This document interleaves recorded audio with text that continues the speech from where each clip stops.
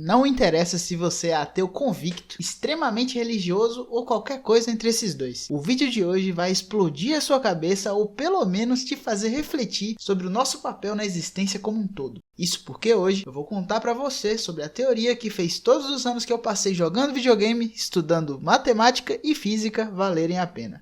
Eu sou o Chef Dingo e essa é a teoria que eu chamei de Teoria do Deus Relativo.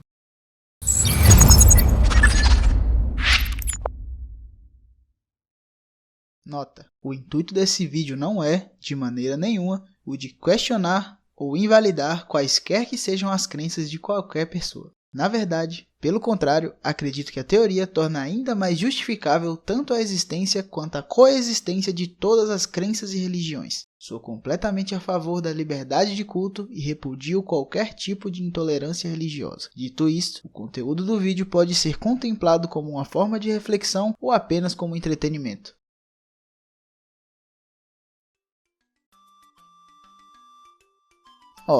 Como eu falei na introdução, tem alguns conceitos físicos e matemáticos que sustentam essa teoria. Então, para que todo mundo possa entender direitinho, como dizia meu amigo Jack Stripador, vamos por partes.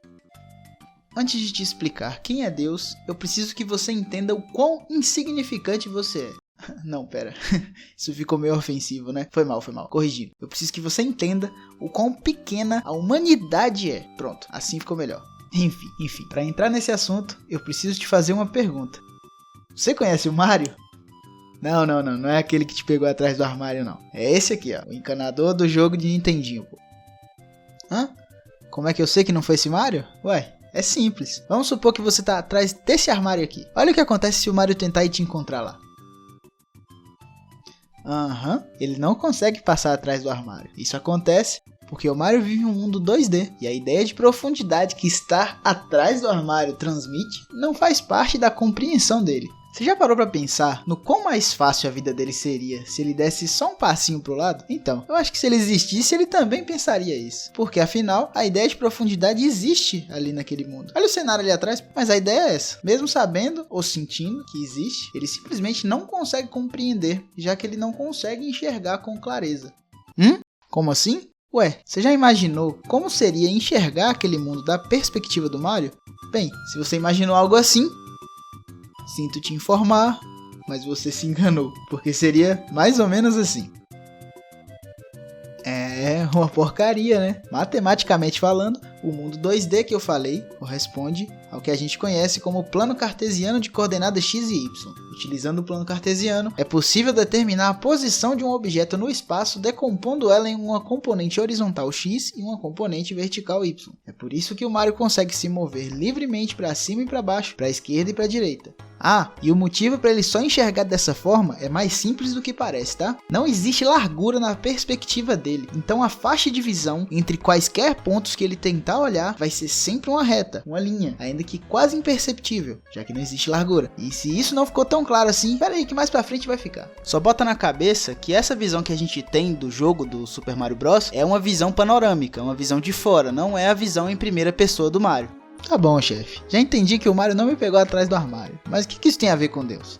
Calma, jovem. Eu não tô explicando essas coisas à toa. Eu tô fazendo o melhor que eu posso pra você entender direitinho o raciocínio e conseguir visualizar tudo que eu tô falando. Confia, pô. A gente vai chegar lá ainda. Agora, vamos voltar pro assunto. Vamos avançar alguns anos no tempo, deixar o Nintendinho pra trás e ver como ficou nosso amigo encanador depois de alguns jogos. It's me, Mario! Hello! Super Mario 64. Opa, agora sim. Em apenas alguns anos, o Mario ganhou uma forma tridimensional e agora consegue não só se mover para qualquer direção, como também enxergar em 3 dimensões. Aí não com essa câmera voando atrás dele. A visão do Mario é algo mais parecido com isso aqui. Mas é claro, a gente tá falando de videogame. Mario 64 é um jogo diferente do Super Mario Bros. Não é como se aquele Mario de Nintendinho tivesse sido jogado num mundo tridimensional e ganhado a capacidade de enxergar e se mover livremente nele automaticamente. A essa altura, você já deve conseguir imaginar como aquele Mario enxergaria nesse mundo, né? Exatamente. Ele pode até mudar a direção para onde ele está olhando, mas isso não vai fazer ele enxergar melhor. Ele continua enxergando apenas uma linha indistinta. Já o Mario desse jogo, ele é igualzinho a gente. Ele consegue ver e se mover livremente para frente, para trás, para cima, para baixo, para esquerda e para direita, que nem você e eu. Agora imagina que agonia que deve ser tá na pele do Mario de Nintendinho ali no Mario 64. Saber que você pode escolher para qual direção quer ir, mas só ver uma linha indistinta independente de para onde você tá olhando. Você pode dar de cara com a parede, ou dar de cara com o Goomba, ou com uma bola de ferro gigante, sem aviso prévio. Mesmo assim, você sabe que foi você que decidiu ir para aquela direção. É, injusto pra caralho, né? Ah, ainda bem que a gente não tem nada parecido com isso, né? Imagina só, uma coisa que a gente sente que faz parte da nossa vida, mas que a gente não consegue nem enxergar direito, que a gente sabe do quão grande ela pode ser, mas que mesmo assim a gente segue completamente às cegas nela, mesmo podendo decidir o nosso próximo passo. E mesmo decidindo por conta própria o caminho que a gente quer seguir, a gente só consegue saber das consequências desse caminho que a gente escolheu no momento em que elas chegam. Nunca dá pra enxergar o que tá lá na frente e se preparar pra tudo. Imagina só se um negócio assim existisse, hein? Eu acho que você já entendeu onde é que eu quero chegar. O tempo. A gente tá tão cego em relação ao tempo quanto o Mario de Nintendinho tá em relação ao espaço em volta dele. Cada escolha que a gente faz durante a vida desencadeia toda uma série de acontecimentos em sequência que a gente chama de linha do tempo. E cada possibilidade de escolha que a gente tem abre mais uma infinidade de possíveis linhas do tempo diferentes. É a mesma coisa que o Mario decidindo mudar de direção a cada passo que ele dá. E o pior é que, matematicamente falando, faz todo sentido que a gente só perceba o tempo como uma linha, porque o que caracteriza as dimensões que a gente vive são planos que formam 90 graus entre si. O encontro entre dois planos perpendiculares forma uma linha, e um vetor normal, um vetor que forma 90 graus com um plano, que saia do primeiro plano, só vai encontrar o segundo plano nos pontos dessa linha. Podemos dizer que a nossa percepção do tempo é esse vetor normal. Explicando de um jeito mais simples, imagina que você está deitado olhando para cima e de repente cai uma guilhotina na altura do seu olho. Se ela for fina o suficiente, você provavelmente só vai ver o fio da lâmina, que é uma linha, vindo na sua direção. É basicamente a mesma coisa. O que eu tô querendo dizer é que o tempo, na verdade, é a quarta dimensão que compõe a existência. Ao invés de ser apenas uma linha, ele é mais como uma folha de papel que se estende infinitamente em comprimento e largura. E cada milímetro de largura dessa folha é uma linha do tempo diferente. Mas nesse caso, você já imaginou como seria se a gente pudesse enxergar por toda a extensão desse plano do tempo, ao invés de apenas o que está acontecendo com a gente agora? Eu não tô falando de ver tudo como se fosse num telão, igual acontece em Interestelar, não. Tô falando de perceber o tempo em sua totalidade, ver e sentir tudo do passado, presente e de cada um dos possíveis futuros, aqui no presente, a cada momento. Só de pensar nisso dá uma canseira, né? Poxa, é simplesmente informação demais. E além de ser demais pro seu cérebro, seu corpo também não aguentaria um instante de todas as sensações físicas que você sentiu e vai sentir ao longo da sua vida somadas. Nosso corpo não é preparado para isso. O presente, o agora, é a maior quantidade de informação possível que a gente aguenta. Eu sei que você provavelmente já ouviu falar da quarta dimensão do espaço, do Tesseract, aquele modelo de cubo em 4 dimensões que geralmente é usado para ilustrar como seria um objeto em 4D, e que também aparece nos filmes da Marvel como um cubo que é capaz de transportar qualquer coisa instantaneamente para qualquer lugar do universo, além de proteger uma das joias do infinito, a joia do espaço.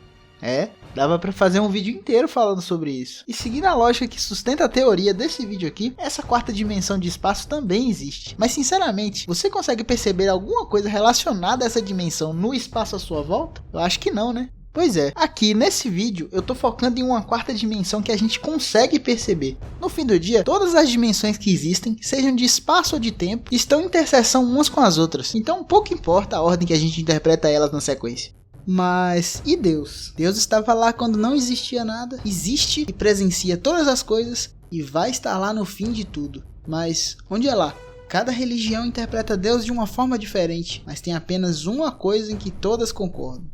Deus habita um plano superior ao nosso. Deus é uma existência superior à nossa e nós somos subordinados à vontade dele. ou deles? Se você é uma pessoa religiosa, você certamente concordou com essa minha última frase, mas torceu o nariz quando eu falei ou deles, né? Bem, segura as pontas aí. E se você é ateu ou agnóstico em algum nível, você provavelmente deve ter revirado os olhos com essa frase. Mas calma que eu não quis dizer o que você acha que eu disse. Até agora eu só falei sobre videogames e matemática, mas lá na introdução eu citei física também. E é agora que a gente vai entrar nessa parte. Mas, amados, não ignoreis uma coisa, que um dia para o Senhor é como 1000 anos, e 1000 anos como um dia. Segundo o livro de Pedro, capítulo 3, versículo 8.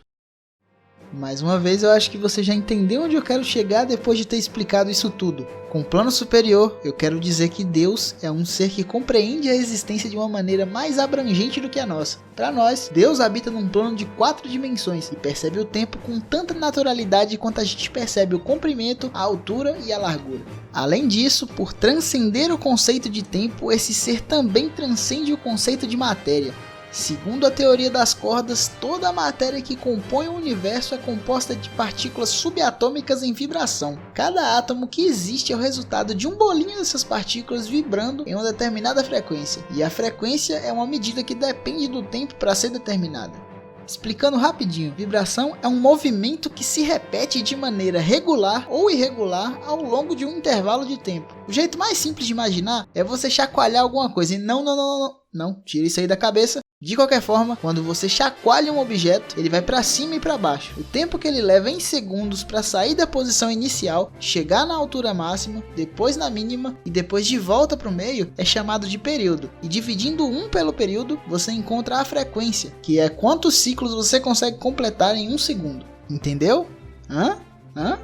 Se movendo livremente pelo tempo, o ser também deve ser capaz de manipular livremente a matéria da forma que a gente conhece. Daí vem a parte de sermos subordinados à vontade dele.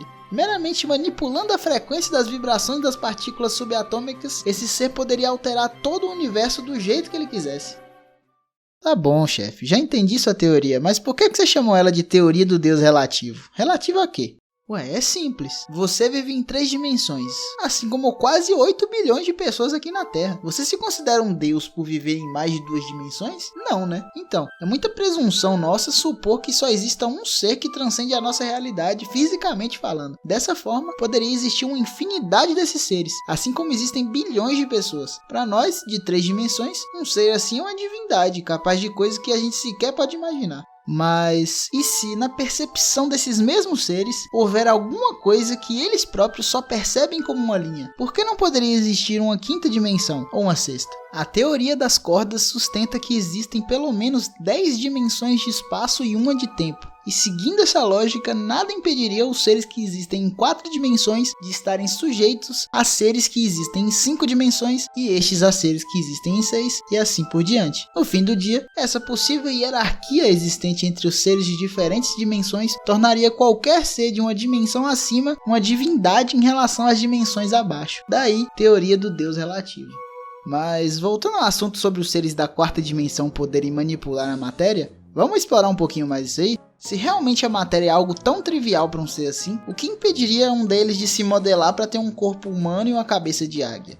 Ou então 4 braços e um 3º olho na testa? Ou até mesmo fazer uma criança no ventre de uma mãe virgem, crescer naturalmente como um humano, realizar feitos fantásticos como multiplicar alimentos, curar doenças e transformar água em vinho. E sobre ressuscitar os mortos? Simples também. Atividade cerebral não é nada além de pequenas descargas eletromagnéticas que acontecem de uma maneira específica na nossa cabeça. Não seria grande trabalho para alguém capaz de manipular a matéria e reproduzir isso?